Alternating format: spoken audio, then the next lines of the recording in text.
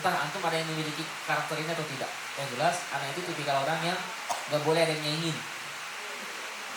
Pokoknya kalau bahasa ingat, udah saya harus pokoknya selalu yang lebih dari pokoknya dari siapapun lah dalam bidang tersebut ya.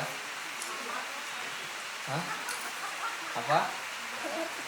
Nyotuk ada ibu-ibu. Saat itu ceritanya tahun 2002.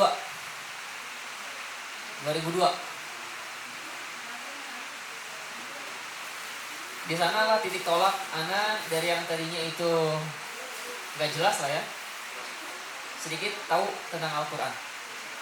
Saat itu posisi saya kelas 1 SMA 2002, kelas 1 SMA.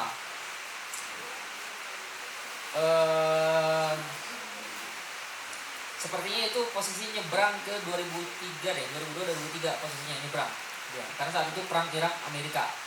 Kita saat itu selalu mendengarkan terus ininya. Tapi posisinya adalah saat itu saya sedang berada di pesantren, sebuah pesantren di kota Asri, namanya Kota Kuningan. Judulnya sih kota, walaupun banyak kampungnya ya. Kota Kuningan, Kabupaten Kuningan lah ya. Di sana 3 bulan jalan masuk sekolah. Semua santri ditanya satu persatu sama salah satu guru kita. Saat itu saya punya hafalan saat itu 5 juz. Untuk ukuran hafalan Al-Quran 5 juz saat itu termasuk banyak. Karena antum tahu lah ya, baru gencar rumah-rumah tahfiz atau program tahfiz di Indonesia itu tahun berapa itu. Yang jelas tahun 2006 ke bawah itu masih belum bisa dibilang sangat belum dikenal lah istilah rumah tahfiz itu. Apalagi tentang sanad ya. Saat itu ditanya satu persatu setiap murid, karena saya merasa di bidang Al-Quran saya hafal paling banyak ya. Tanya satu persatu, 1 juz, 2 juz, pas ke anak 5 juz, wah paling banyak, aman lah ya. Terus tanya 1 juz, 2 juz, 2 juz, pas ke sana 11 juz. Di depan sana, orang Cirebon dia 11 juz. Wah itu kelebihan satu kayaknya tuh angkanya tuh. Pokoknya aneh gak percaya lah, 11 juz, gimana dia ngapalinnya. Masuknya bareng, dari MTS kelas 1, kelas 2, kelas 3, pas naik kelas 1 SMA, dia kok bisa bilang 11 juz. Udah saat itu aneh gak terima. 11 juz, langsung selesai pelajaran itu anak samperin. Ente tadi hafalan 11 juz ya? Iya. Gimana aku bisa banyak itu hafalannya? Pokoknya saat itu 11 juz. 11 itu gede banget, banyak bener gitu. Karena saat itu kita lomba 1 juz di Habibur Rahman tahun 2002. Saat itu dimana anak ikutan juga di sana. Kayaknya nggak ada, bukan 1 juz kan? Lomba hafalan Ad-Dukhan. Berapa ya? 10 ayat Ad-Dukhan. Di acara pakar saat itu, pakar 5. Sekarang kita udah pakar berapa? Ada, antum tahu pakar nggak? Yang orang Bandung pernah dengar? Pakar, Pekan Apresiasi dan Quran Islam Remaja. Masih ingat. Saat itu lomba. Pokoknya 1 juz tuh banyak banget lah pokoknya, apalagi 5 juz, apalagi 11 juz. Udah, sampaikan, kok ente bisa hafalin banyak sekali. Setelah itu, begitu, wah ini gak boleh ceritanya. Akhirnya saya pun langsung nelpon hubungin orang tua, pengen keluar dari pesantren itu. Kenapa? Karena pesantren ini gak bisa membuat saya hafal Al-Quran. Iyalah, gimana mau ngapalin Al-Quran? 6:30 udah, katakanlah 6:30 udah sibuk, siap-siap sekolah, mandi, ngantrinya 1/2 jam. Ketika mau mandi, ngantri gayung 5, tek, nah, nanti 5. Gimana caranya supaya bisa nyelak, supaya bisa paling pertama, ngantrinya sebelum subuh. Nah, gayungnya yang diantriin. Orangnya belum mandi. Yang jelas selesai subuh langsung pertama kali mandi. Pokoknya gak ada waktu lah. Sampai jam berapa? Sampai jam 2:30. 2:30 udah capek itu kan. Udah asar, salah asar, sorenya udah main bola, main badminton segala macam. Maghribnya persiapan besok. Gak ada untuk buat ngafal yang gini. Saya pengen keluar. Udah, gak betah. Pokoknya karena gak bisa membuat hafal Al-Quran. Akhirnya orang tua gak ngizinin. Pesantren juga gak ngizinin. Tapi saya pengen keluar. Pokoknya harus keluar. Gimana caranya? Pokoknya cari cara gimana keluar. Akhirnya punya ini, punya apa? Punya kakek. Bilang sama kakek kayak itu, "Kek, pengen keluar karena gini gini gini," cerita. Akhirnya kakek nyamperin ke bapak. Udah, namanya bapak kan anak yang baik kan, pasti nurut sama kakek. Udah, cucu kamu pengen keluar tuh, gini gini gini. Langsung disebut, sampaikan alasannya apa? Alasannya pengen ngapalin Al-Quran. Tuh, apalagi Al-Qurannya gitu. Tapi nanti dia bakalan nggak naik kelas dong setahun. Kekhawatiran orang tua seperti itu. Anak saya itu nggak mikirin, pokoknya nggak boleh ada yang lebih banyak hafalannya dari saya, pokoknya gitu saat itu. Serius. Akhirnya ngambil cara yaitu cuti. Udahlah, akhirnya ngajukan cuti ke pesantren. Dan saat itulah anak orang pertama kali yang cuti ke pesantren tersebut. Cuti selama sisanya berarti sekitar 3 bulan setengah jalan, setahun 3 bulan setengah jalan, setelah itu cuti sisanya. Mondoknya sih cuma 6 bulan saja. Udah cuti, akhirnya ke sebuah daerah di bawah kaki Gunung Salak. Pesantrennya di daerah Maseng, kalau yang tahu Bogor. Nah, Maseng awalnya survei dulu ke daerah Lilian. Di sana ada pesantren, katanya bagus, tapi karena di tengah sawah dia aneh gak mau. Udah, balik lagi akhirnya. Kemudian pesantren lagi di daerah Sukabumi, ada namanya, nggak usah disebut lah namanya. Pokoknya dari Sukabumi ke sana bagus, basket, bola, fasilitas semua ada. Ini mah apa bedanya sama Bos tuh? Aneh gak mau, balik lagi terus pencarian pesantren cukup jauh. Sampai ketemu satu pesantren yang luar biasa dalam perjalanan pulang. Dia di pinggir rel kereta api, Maseng, santrinya cuma 50 orang. Tapi ustadznya, siapa santri sekarang yang gak sholat nih, ketahuan nih. Si itu mana? Si itu mana? Si itu mana? Dah. Akhirnya mondok di sana. Mondok sebulan, 2 bulan, 3 bulan bisa ngapalin karena nggak dikasih kegiatan apa-apa. Ini nanti yang akan menginspirasi program KTP kita. Mengkombinasikan program yang di Bogor tadi sama kita di Masjid Al-Azhar. Bagaimana orang Mesir menghafal. Sama mana tadi? Ngantuk gak nih? Jangan pernah. Bisa kan? Itu ngantuk tuh yang paling kecil tuh. Ya. Sama tadi? Ya, di bawah kaki Gunung Salak. Saat itu di sana ada saung, tempat favorit anak kalau buat ngafal di sana. Saung kecil. Waktu berjalan, saya bilang sama Pak Kiainya, "Pak Kiai, boleh nggak saya ngapalinnya sampai 3 lembar, 4 lembar, 5 lembar sehari sekali setor?" Saat yang lain setoran paling cuma 1 halaman, 2 halaman. Akhirnya Kiainya bilang, "Nggak boleh, maksimal kamu 4 juz aja." Oh gitu ya? Udah seberapa juz, udah. Akhirnya anak pun mempersiapkan setiap harinya seberapa juz. Udah. Gimana teknik menghafalnya? Nah itu nanti masuk ke sesi bagaimana kita menghafal yang efektif. Selesai intinya sehari itu 2 lembar setengah selalu konsisten setiap hari. Sampai waktu berjalan sekitar baru 2 bulan setengah lah ya, 2 bulan apa 3 bulan, 2 bulan setengah lah, 3 bulanan. Saya pun selesai 10 juz. Selesai 10 juz. Saat itu di sana kebiasaannya adalah orang nggak boleh lanjut ke juz 11, melainkan dia harus udah kasih jawab sampai akhir. Itu nanti lagi-lagi yang menginspirasi di KTK kita. Orang nggak boleh lanjut ke juz 6, melainkan dia 5 juz sudah kasih ikan. Udah terinspirasi di sana. Terus 10 juz sampai nggak kerasa waktu 6 bulan sudah berlalu, saya pun membawa pulang 16 juz saat itu. Nggak selesai juga saat itu karena waktunya terbatas. Udah, setelah itu balik lagi ke pesantren.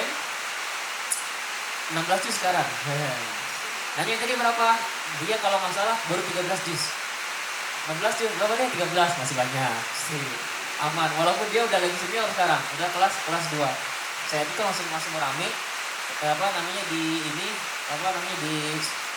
web atau di media sosial atau di koran ini pesantren. Pokoknya karena Maulana santri ya, menghafalkan Al-Quran 6 bulan selesai 16 juz di Bogor. Pokoknya rame lah. Akhirnya orang-orang pada pengen cuti semua. Bahaya kalau cuti semua nih, pesantren sepi nanti. Akhirnya setelah itu ditutup. Jadi orang yang pertama dan terakhir satu-satunya. Gak ada yang mau cuti lagi. Tapi nggak tahu seperti apa kenyataannya setelah Anda keluar. Sekarang masih ada kan. Udah selesai, waktu berjalan terus kelas 1, kelas 2, kelas 3 lulus. Alhamdulillah di sana saya ya itu tadi karena memang saya harus hafal Al-Quran targetnya. Akhirnya setiap sore, karena dia sistem belajarnya kan seperti itu ya, full day school. Makanya ini sangat nggak efektif buat orang yang pengen anaknya hafal Quran tapi memasukkannya ke pesantren yang full day school. Waktu satu-satunya buat menghafal itu adalah waktu dimana saya harus mengorbankan masa muda bahasanya. Saat orang-orang itu lagi pada main basket, main badminton, main bola, main futsal, main volley, main apapun itu ekstrakurikuler, saya harus diam di masjid minimal sampai jam 5 sore. Ngapain? Ya nambah hafalan sama murojaah. Di pojokan masjid saat itu hanya bisa dihitung jari, bahkan bisa jadi satu-satunya. Masjid segitu luasnya itu cuma sendirian aja ngafal di murojaah. Masih ada kayak gini ya, mantap. Masih berlaku berarti dia.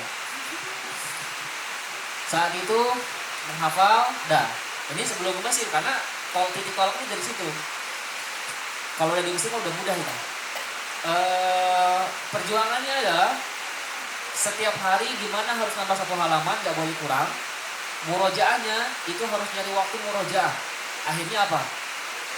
Ternyata hanya bisa nambah hafalan saja. Saya akui sehebat atau segimana pun kita menganggarkan waktu, tapi kalau nggak didukung sama lingkungan, akhirnya hafalan itu berantakan. Walaupun saat itu kita selalu menjadi tim lomba, jadi di pesantren itu ada tim lomba. Saat itu kita aktivis lomba saat itu. Kemana ada lomba MHQ yang diutus adalah anak sendiri diutus. Dan ya itu sampai ke nasional, dan saat itu di Kudubes itu untuk nilai standar, nilai tertinggi saat itu untuk hafalannya. Tapi tetap aja anak ngerasa masih sangat kurang segala-galanya.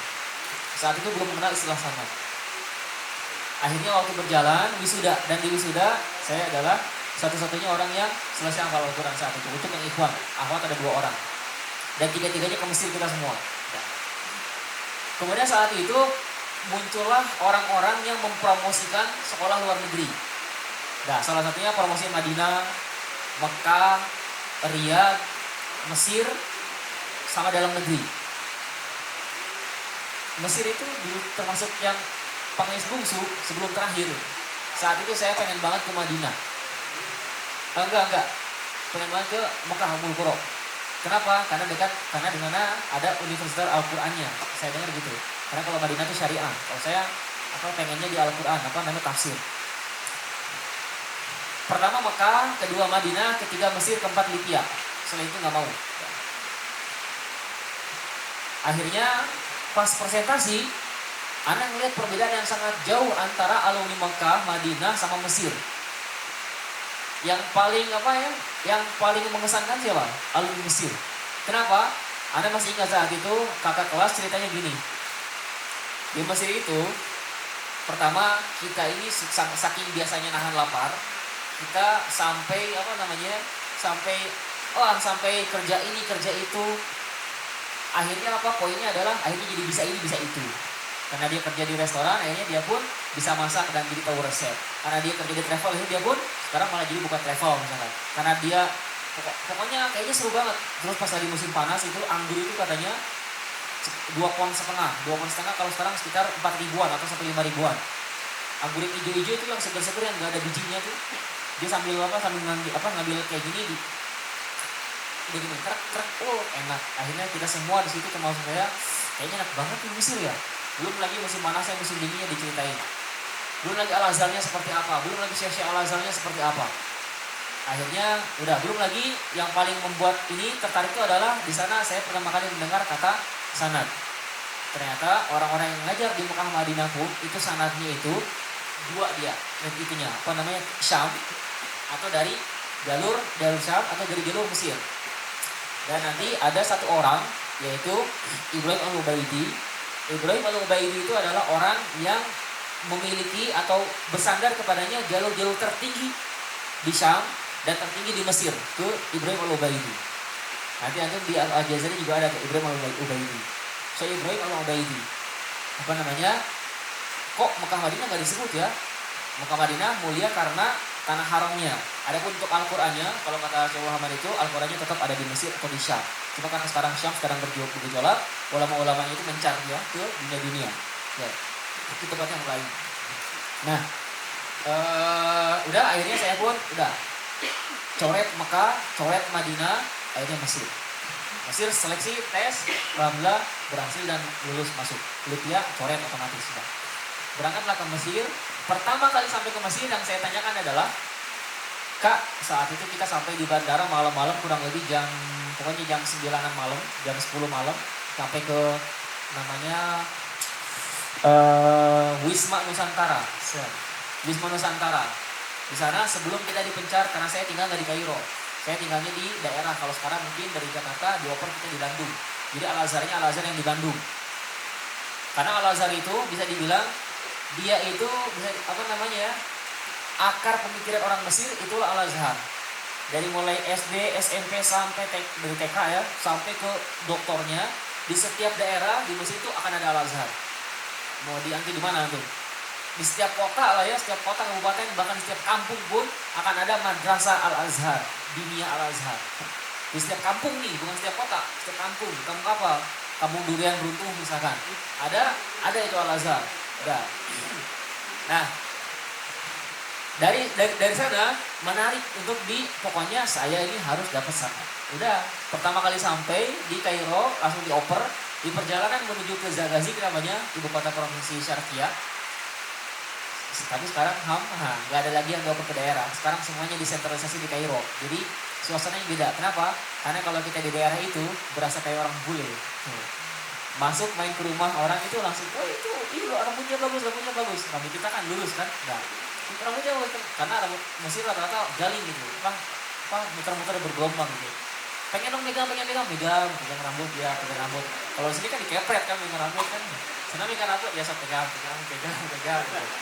Setiap kali kita masuk ke sana, anak-anak itu langsung, iya ada orang asing, ada orang orang Sin itu Cina. Orang Sin. Dia pahamnya taunya Cina aja. Tanya Indonesia itu di mana?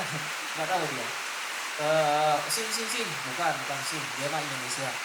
Udah pokoknya, terus lagi kalau datang ke daerah, ke rumah orang Mesir itu, dia yang tadinya nggak ada apa-apa, jadi ada apa-apa tuh. Makannya ayam, antum kalau ditawarin ayam itu, bukan satu ayam dibagi 16. Satu ayam dibagi 2, satu buat dia, satu setengah buat kamu. Akhirnya nasinya nggak kemakan. Memang kayak gitu dia. Sampai saya berpikiran, kamu makan ayam terus ya? Enggak lah, ini karena kamu aja yang datang sini. Oh gitu.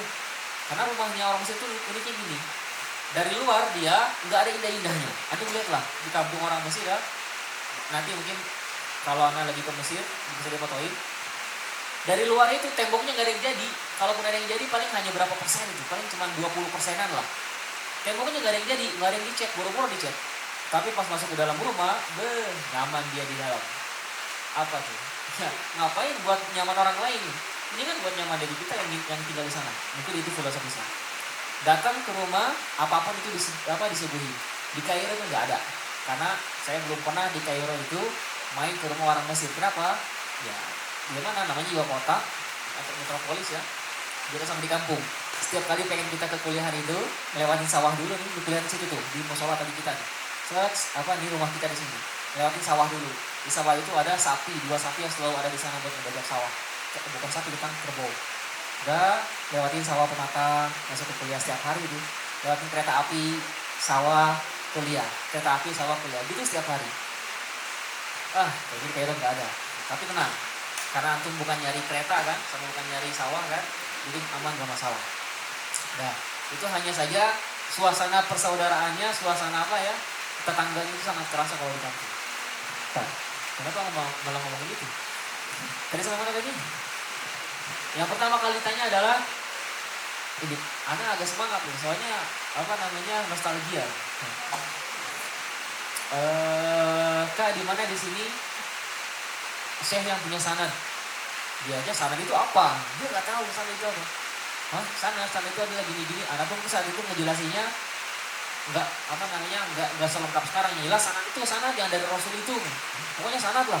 Ya sanad itu apa sanad? Nggak tahu. Nantilah dicari gampang lah kalau di sana. Ya udah. Ternyata dia pun nggak tahu apa itu sanad. Pokoknya tahun pertama atau tahun kedua nyari itu nggak dapet. Sebenarnya bukan nggak dapet. Belum usaha aja, belum maksimal usahanya. Tahun kedua, tahun ketiga menjelang tahun keempat baru ketemu sama almarhum Syekh Muhammad. Udah, dari sana terus naik level. Kalau antum ada yang ngeluh, saya dauman belum dapat nih FL-nya. Antum dauman berapa bulan sih? Paling cuma 2 bulan, 3 bulan. Ana super dauman setahun setengah belum dapat FL. Baru dapat itu setelah setahun lebih, itu setahun setengah lah. Pokoknya akhir tingkat 3 akhir, tingkat 4 selesai wisuda. Disitulah juga kita dinyatakan selesai FL-nya, Al-Qur'annya sekaligus. Nah, artinya sebelum antum menderita ngucapin zu, tenang. Karena sebelumnya udah terlebih dahulu patah-patah di bibir. Sebelum antum ke sana, ana sudah mengalaminya terlebih dahulu. Kenapa? Masih ada catatannya di rumah itu. Saya saat itu lemah ngucapin dal. Kenapa? Karena saat itu saya kalau ngucapin dal suka nyangkut ke huruf ta. Saat itu saya tidak menyadarinya. Maulana kami ngumamin. Siap, ngumamin. Syekhnya ada di belakang. Dari sana saya belajar bahwasanya ternyata gak mesti harus seorang guru itu harus dia melulu yang menjadi imam. Nah, karena sesekali ketika dia memajukan muridnya, ketika muridnya itu bersinar, sebenarnya itu sedang menyinari dirinya, cuma tidak disadari. Karena ketika ada seseorang bersinar dia, ditanya itu akan gurunya siapa? Si fulan. Oh, akan naik juga langsung pikirannya. Saat itu Maulana kamu yang wajib imamin. Tapi ada engkau, udah maju, didorong langsung. Akhirnya udah ngimamin sholat, setelah selesai sholat minta dikoreksi. Kenapa? Karena beliau itu tipikal orang yang nggak akan koreksi kalau nggak minta dikoreksi, walaupun ada kesalahan. Kenapa coba? Karena nggak semua orang itu mau dikoreksi, dan mengoreksi bacaan itu adalah sebuah nikmat, dan nikmat itu tidak diberikan melainkan sama orang yang pastinya yang terpilih. Antum bisa dikasih tahu rahasia bikin cilok dan cuangki terenak sejagat raya. Menurut antum itu hal yang biasa atau hal yang luar biasa? Kalau hal yang luar biasa, apakah akan diumbar begitu saja? Atau nantilah siapa yang butuh? Nah, itulah gambaran. Jadi cuma memang banyak diantara orang gak memahami hakikat tersebut, seolah-olah ketika dia mengoreksi itu dia menaikkan dirinya sendiri. Gak gitu. Karena di mana-mana selalu orang yang berilmu itu dia selalu merasa malu kalau dia itu dikatakan berilmu. Artinya dari sana dia akan merasa selalu tawadhu. Nah, orang sekaya apapun dia, coba lihat antum HP-nya. Karena kalau lagi rapat pembina sama ini di yayasan ya, kolam renang dia punya, pom bensin dia punya. Pokoknya waterboom paling besar di Bandung Raya kan punya beliau. Kalau lagi rapat sama beliau itu yang mewakafkan tanah kita juga, HP-nya kayaknya sama HP ini juga masih bagusan tangan itu. Ya. Di Mesir juga sama. Dia adalah seorang yang sangat dermawan gini-gini. HP-nya, kayaknya cuma bisa buat telepon doang. Sampai kita dibilangin gini. Kamu semua yang punya HP nanti pas lagi pembagian musaadah itu bantuan ya. HP-nya semua harus disembunyiin. Gak boleh pokoknya di silent lah. Kenapa emang? Jangan sampai beliau tahu kalau HP-mu lebih bagus daripada dia. Kenapa emang? Kau mau nanti kalau bantuannya nggak jadi itu, karena nganggap kamu sudah kaya, gitu ya? Ini di silent semua apa? Ya. Nah, kenapa malah sana? Tapi itu sedikit ini juga ya, nyambung juga tuh. Orang yang berilmu itu dia tidak akan menampakkan keilmuannya. Orang yang kaya itu nggak akan menampakkan hartanya, apalagi orang yang jago berantem itu, jago MMA, kalau di jalanan bisa jadi dia orang yang paling sopan. Gitulah. Nah, sekarang di sini misalkan saat itu Anda minta dikoreksi. Maulana, tolong dikoreksi bacaan saya. Kamu kena di huruf dal. Gimana? Yaumiddin. Kenapa masalah yaumiddin? Bukan yaumiddin, tapi yaumiddin. Saat itu Anda nggak ngeh. Yang mana sih yaumiddin? Lah, yaumiddin. Gimana masalahnya ini? Dah selesai, waktu berjalan, pulang ke rumah selalu terpikir itu, terngiang-ngiang, gimana salahnya? Coba-coba setelah itu pas pertemuan berikutnya, yaumiddin. Sip itu dia. Akhirnya beliau ngambil buku, kasih contoh ade, ide, ude, dade, bide, dude. Udah, ngasih tulisan seperti itu di buku Ana. Nih kamu nanti latihan ini ya. Udah. Setelah itu Ana pun coba ade, ide, ude, dade, dide, dude. Ah gampang ini mah. Udah, setelah itu besoknya lagi tasmi yaumi bi. Jadi bisa. Dari yang tadinya nggak bisa jadi bisa. Oh, di situ masalahnya. Akhirnya saat itu kena lagi di huruf apa ya? Di huruf pokoknya ada lagi kena huruf sama kayak gitu polanya. Misalkan di huruf zal, az, iz, uz, zal, zin, zu, gitu polanya dia. Akhirnya dari sana karena Anda udah merasakan manfaatnya, ini kayaknya kenapa nggak semua huruf aja? Karena saya tuh mikirnya buat murid-murid gimana nanti yang di Kairo. Akhirnya semuanya dibikin polanya dari A sampai Ya.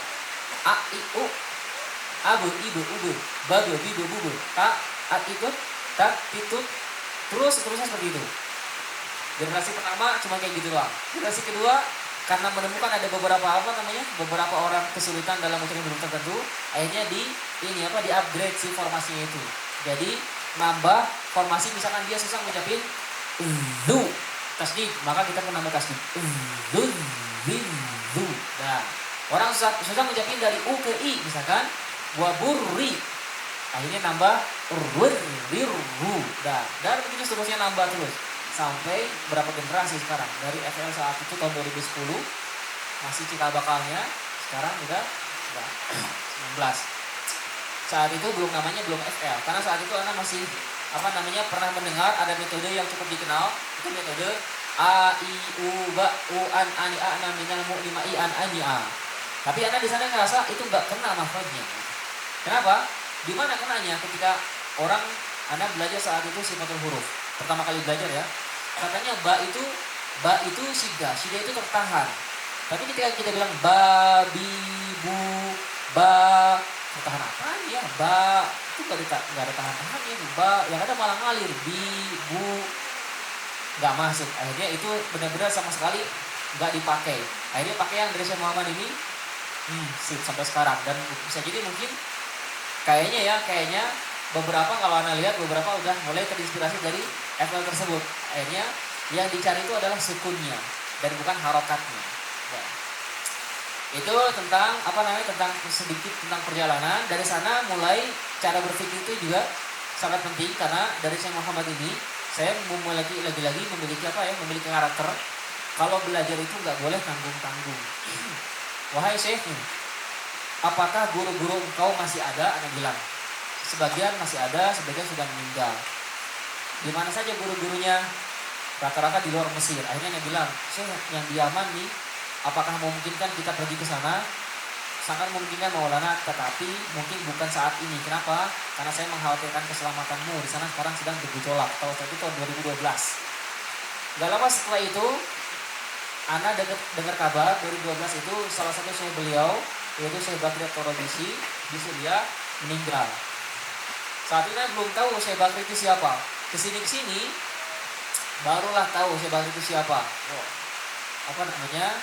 Pemilik senat tertinggi di dunia yang masih hidup dari jalurnya Syekh Muhammad Salim Al-Hulwani. Udah, kalau orang-orang Al-Quran masih tahu itu. Ya Allah, kayak misalnya. Tapi ya udah, segala sesuatu ditetapkan. Intinya dimanapun ada sesuatu yang pengen kamu tujulah. Pokoknya lihat Imam Jamzuri mengatakan dalam matan Tuhfatul Atfal, ketika kita punya keinginan, ibri hajjaka wa khaf aqimahu. Di sana ngomongin tentang haji.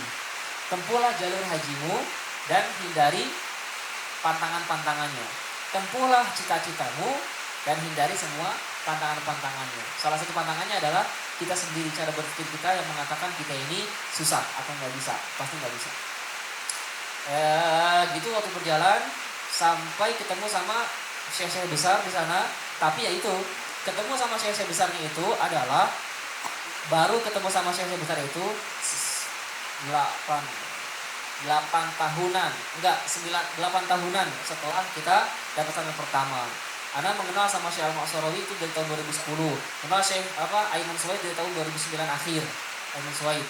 Tapi baru kesampaian kita sama beliau setelah 10 tahun, setelah 9 tahun. Ana udah mengenal sama Syekh gurunya Syekh Muhammad, yaitu Syekh Misbah. Dari buku-buku yang ditulis oleh muridnya, buku-buku tentang qiraat